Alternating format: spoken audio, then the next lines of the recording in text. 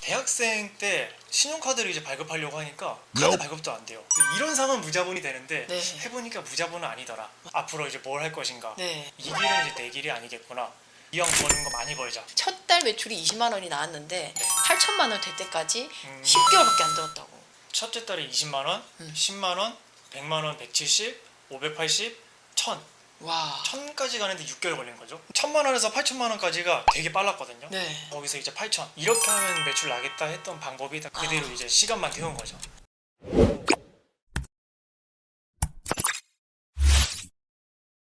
대학생 때 사업을 구매 대행으로 처음 시작을 하셨다고 들었어요. 네. 이유가 있었을까요? 일단은 대학생이니까 대학생은 돈 있는 대학생이 별로 없잖아요. 그렇죠. 돈이 없었고요 일단. 네. 그리고 대학생 때 신용카드를 이제 발급하려고 하니까 카드 발급도 안 돼요. 아, 네. 그렇구나. 겨우 하나 뚫어갖고 그렇게 됐는데, 그러니까 이런 상황이다 보니까 그때는, 그리고 내가 사업을 한다, 물건을 내가 갖고 있어갖고 판다, 이 생각을 아예 안 했던 것 같아요. 네. 당연히 아예 이제 나는 돈이 없다 그게 있었어가지고, 그래서 재고 없이 가는 거, 자본이 이제 적게 되는 거. 그리고 그때는 제가 시작했을 때가 2020년 2월달 3월달이었는데 유튜브 컨텐츠가 그때는 무자본이었어요. 네. 아니었죠. 근데 그때 전부 다 무자본이라 그랬어요. 그래서 이런 상황은 무자본이 되는데 네. 해보니까 무자본은 아니더라. 맞습니다. 그렇게 해서 시작을 했던 것 같습니다. 그때 그 지금 알기로는 네. 경영이나 이런 쪽으로 전공을 하신 게 아니고 네. 미술 전공하셨다 들었어요. 그쵸. 닉네임에도 일단 미대생 셀러니까. 네, 제가. 맞습니다. 네. 그런데 어떻게 구매 대행을 하시게 됐는지, 그러면 판매를 미술 관련된 거를 네. 하신 거예요? 저는 일단은 취업 활동을 아예 안 했었습니다. 그때 정말 미술 작가가 되는 게 꿈이었어갖고 하루 종일 이제 그림 그리고 뭐 작품 만들고 네. 아예 그쪽만 생각을 하고 있었어갖고, 그랬다가 이제 졸업할 때쯤에 이제 그때 많은 생각이 들잖아요. 앞으로 이제 뭘 할 것인가. 네. 다 짜봤는데 미술을 하려면 대학원에 가야 돼요. 아. 이거는 무조건 대학원에 가야 되는데, 일단 학자금 대출이 있는 상태에서 그거를 어디서 지원을 받을 것도 없고, 그렇게 해서 과연 이제 메리트가 있을까 생각을 하니까 그렇죠. 없는 거예요. 아. 그래서 그러면 이 길은 이제 내 길이 아니겠구나. 그러면은 돈을 벌자. 근데 이왕 버는 거 많이 벌자 야. 생각을 해서 이제 사업을 해야겠다, 그렇게 생각을 하게 됐고요. 그때 또 타이밍이 좋게 신사임당님 창업 다마고치 네, 네, 그게 네. 떴거든요. 네, 맞습니다. 그거 보고 나서 온라인 사업을 해야겠다, 아. 그렇게 생각을 했습니다. 일단은 생각과 이 흐름이 딱딱 맞아 떨어졌네요. 네. 그리고 행동을 하셨고. 그러면 첫 달 매출이 20만 원이 나왔는데 네. 8천만 원 될 때까지 10개월밖에 안 들었다고.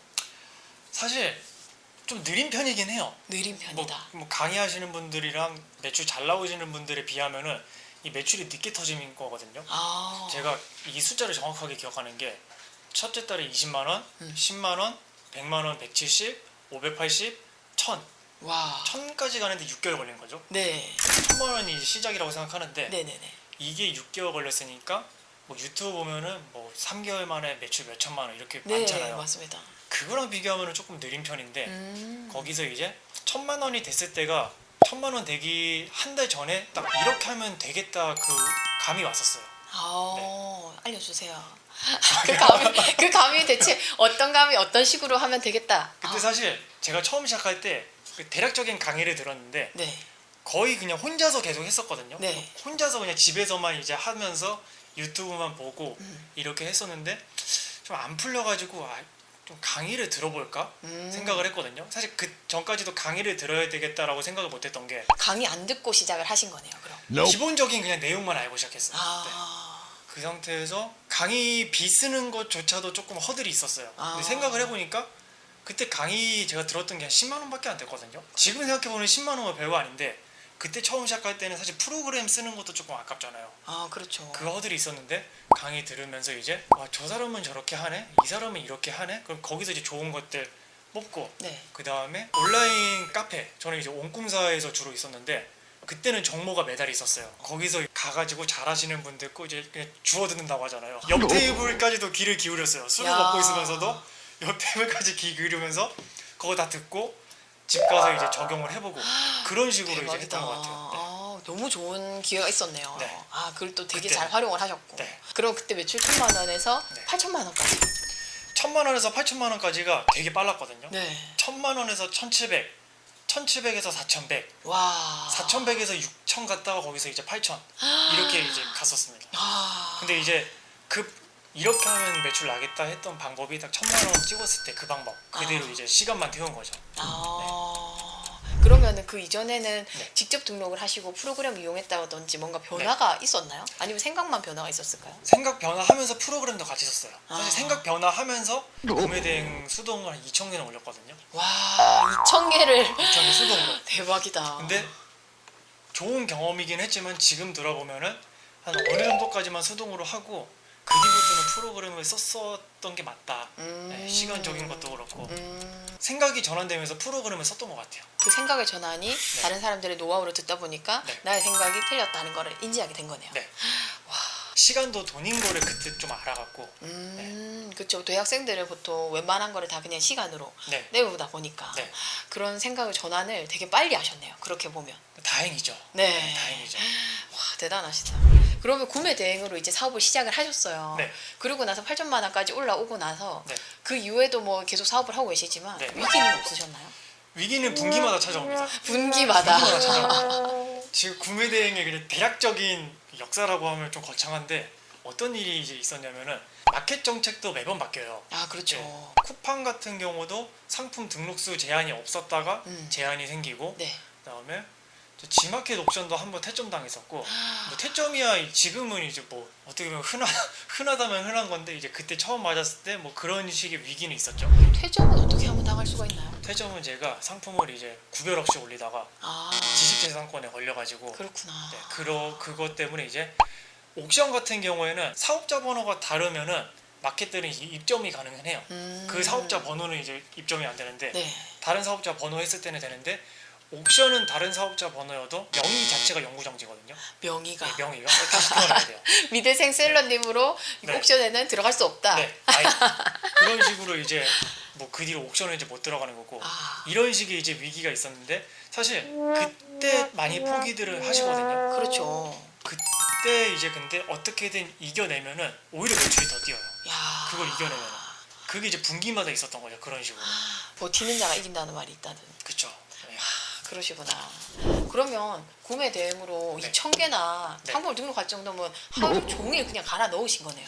저는 눈 뜨면 일하고 잘 때까지 일했습니다. 와, 밥은요? 밥은 먹죠. 밥만 먹고. 그때 2020년이 코로나 터졌잖아요. 그렇죠.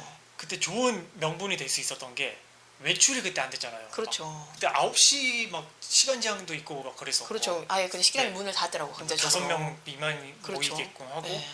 그러다 보니까 약속을 안 잡을 명분이 생긴 거예요. 야. 그래서 진짜 한 8개월 동안은 친구들이랑 약속도 안 잡고 집에서만 계속 일했던 것 같아요. 잠적하셨네요. 오히려 좋은 기회였죠. 그러게요. 네.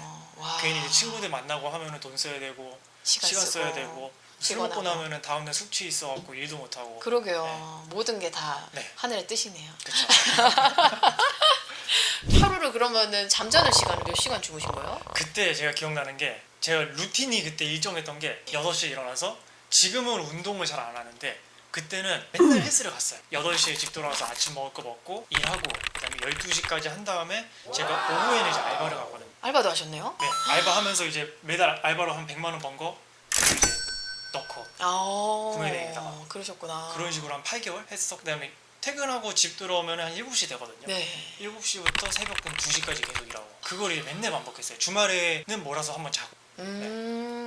일단 월요일부터 금요일까지는 같은 루틴. 네. 토요일, 일요일 날에는 네. 일단은 조금 이제 그때보다는 조금 다른. 릴렉스하게 가는데 이제 릴렉스하게 가도 제가 확보하는 시간은 전부 다 일을 하고 주말에는 네. 그렇게 계속 살았던 것 같아요. 맞아요. 네. 근데 한 상품 하나 등록할 때 그럼 시간이 얼마 안 드시는가 봐요. 2,000개를 어떻게 등록을 해요? 수동 등록은 이게 사실 하면서 속도가 늘긴 하거든요. 네. 그때 뭐 5, 6분에 한 개씩 올리고 지금은 이제 프로그램 써서는 제가 안 하고 있긴 하지만 제가 할 때는 2, 3분에 하나씩 올렸고 와. 그다음에 알바생 교육 하고 나서도 알바생한테 제가 2, 3분에 한 개 끊게 요구하고 와, 5, 6분에 한 개?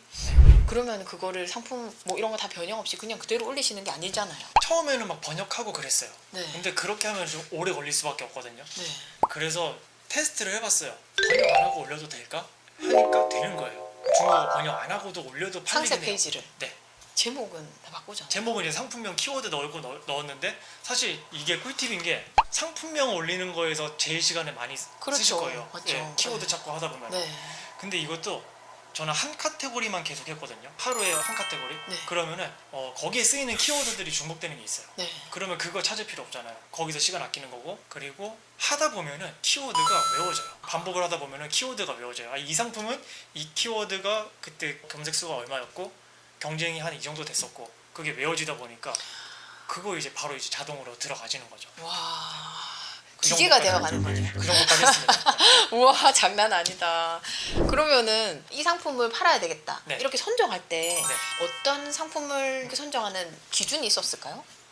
사실 저는 맨 처음에 매출이 안 나올 때 썼던 방식이 그냥 타오바오 들어가가지고 중국 구매대행 상품은 타오바오 아니면 티몰 이 두 사이트 같은 사이트인데 조금 더 이게 차별화된 사이트거든요. 두 개가 아, 주로 여기서 갖고 와요. 네. 여기에 있는 상품들을 그냥 그대로 갖고 왔거든요. 네. 근데 제가 여기서 간과했던 게 중국의 수요가 한국의 수요랑 일치하리라는 보장이 없었어요. 그렇죠. 그래서 이거를 조금 더 타율을 높이자 생각을 해서 이제 한국에서 주로 팔릴 것 같은 것들 다 추려가지고 타오바오에서 찾아갖고 갖고 오고 이런 식으로 이제 줄였죠. 근데 이제 저는 그 찾았던 곳이 네이버 쇼핑. 네이버 쇼핑 가보면 구매 건수 있잖아요. 네. 구매 건수 있고 리뷰수 달려 있고. 네. 근데 구매 건수가 찍혀 있는 것들이 이거는 팔렸던 거구나. 네. 그것들 위주로 이제 갖고 오는 거죠. 거꾸로. 국내 수요를 보고 네. 외국에서 찾아본다. 네. 와, 그러셨구나. 그러면은 다른 판매자와 네. 나와 이제 다른 구매 대행 판매자도 있을 거고 국내 네. 판매자도 있을 거고 내가 좀 더 차별화되게 좀 포인트를 줬던 게 있을까요? 사실 제가 다른 분들이 어떻게까지 하는 심층적으로 몰라가지고 네. 제가 하는 것 중에 괜찮다라고 생각하는 방법이 저는 일단 트렌드에 조금 민감하게 반응을 하려고 해요. 그 트렌드도 저희가 예측이 가능한 트렌드가 있고 갑자기 뜨는 트렌드들이 있을 거잖아요. 그렇죠, 그렇죠. 예측이 가능한 거는 뭐 크리스마스라든지 뭐 할로윈이라든지 이때 뜰 상품들은 검색하면 명확하게 나오잖아요. 네네네. 검색하면 뭐 코스튬도 나올 거고 관련된 용품 나올 건데 예측 불가능한 거 가끔 이제 어떤 스타가 인스타그램 같은 거에다가 상품 올려가지고 뜨는 경우도 있을 거고 네.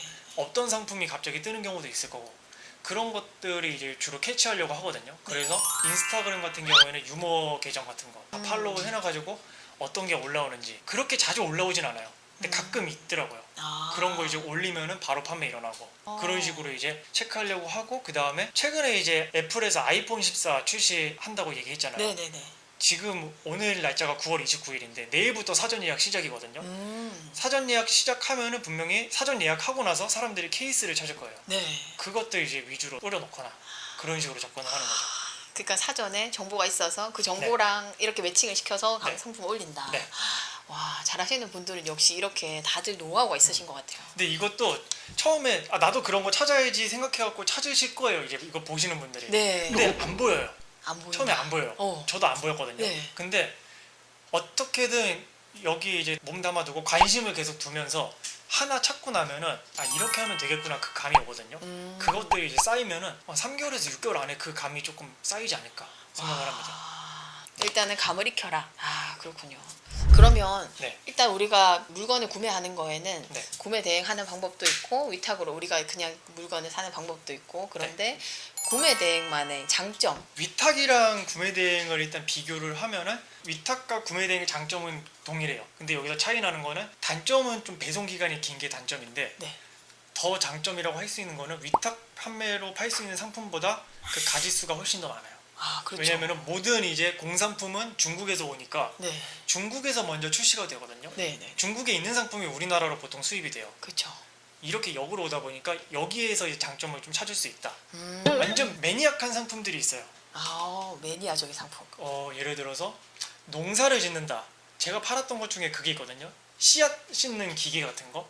기계도 팔아요? 그 이제 수동으로 돌아가면서 네. 씨앗이 자동으로 심어지는 게 있어요. 와. 그런 거 내가 수입해갖고 팔기가 조금 힘들 수 있잖아요. 그렇죠. 뭐 많이 안 살 것 같기도 하고. 네네네.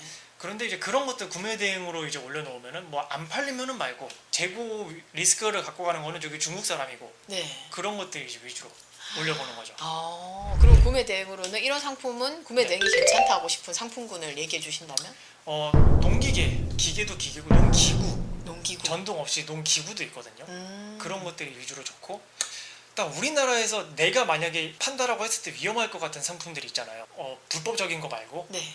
뭐 제가 최근에 봤던 것 중에 미용실 의자인데 전동 미용실 의자가 있더라고요. 근데 그거를 이제 국내에서 생산하는 데를 저는 아직은 못 찾았어요. 그런 거가 이제 중국에도 있거든요. 그런 것들 위주로 해주시면 또 좋지 않을까. 그럼 구매 대행 판매자는 네. 그 물건을 들여올 때 인증이나 이런 게 아무것도 필요 없나요? KC 인증 없이 팔 수 있는 구매된 상품도 있고요. 아. 꼭 받아야 되는 게 있는데 아. 어린이 인증은 전부 다 받아야 돼요. 아. 근데 소형 가전 같은 거 그런 거는 없이 팔 수 있는 것들도 있어요. 그러면 있어야 되는 것도 있다는 말씀이시네요. 네. 아, 그럼 그것도 할 때 좀 잘 분간을 하셔야 된다는 네, 거예요. 그 공식적으로 자료가 나와 있어요. KC 인증 마크 없이 구매 대행이 허용되지 않는 품목들이라고 있는데 이거 검색하면 바로 나오거든요. 그거 다운받아서 한번 체크를 해보시면 좋을 것 같습니다. 그러면은 특히 주의해야 될 지식재산권 이런 거 어떻게 알아볼 수 있나요? 일단은 누가 봐도 아는 브랜드는 절대 하면 안 되고요. 왜냐면은 중국이 조금 리스크가 있다라고 하는 게 정품이라고 팔더라도 우리나라 통관을 할 때 중국 상품은 기본적으로 가짜라고 생각하고 관세청에서 일을 하더라고요. 만약에 스타벅스 정품인데 네. 통관장에서 이제 보류되는 경우도 있었고 저도 아. 네. 그런 것들에다가 그 다음에 결국에는 상표권이거든요. 네. 상표권 침해. 네. 누가 봐도 이거는 그냥 일반 상표권도 등록 안 되어 있는 것 같은 상표인데 그게 상표 등록이 되어 있는 경우가 있어요. 아, 미처 이제 네. 깨닫지 못한 거네요. 네. 네. 그런 것들을 이제 키프리스에다가 그 상표 검색하면은 등록이 돼 있는지 안 돼 있는지 체크를 할 수 있어갖고 상품 소싱하시기 전에 한번 검색해보는 습관 들이시는 게 좋을 것 같아요. 일단은 어쨌든 지식재산권이 네. 이제 뭐 걸리게 되면은 최후에는 뭐 스토어가 날아갈 수도 있으니까 네. 이제 그러한 위험은 이렇게 프리스를 통해서 네. 이제 좀 안전망을 두시라 그렇게 얘기를 해주셨습니다. 네. 감사합니다.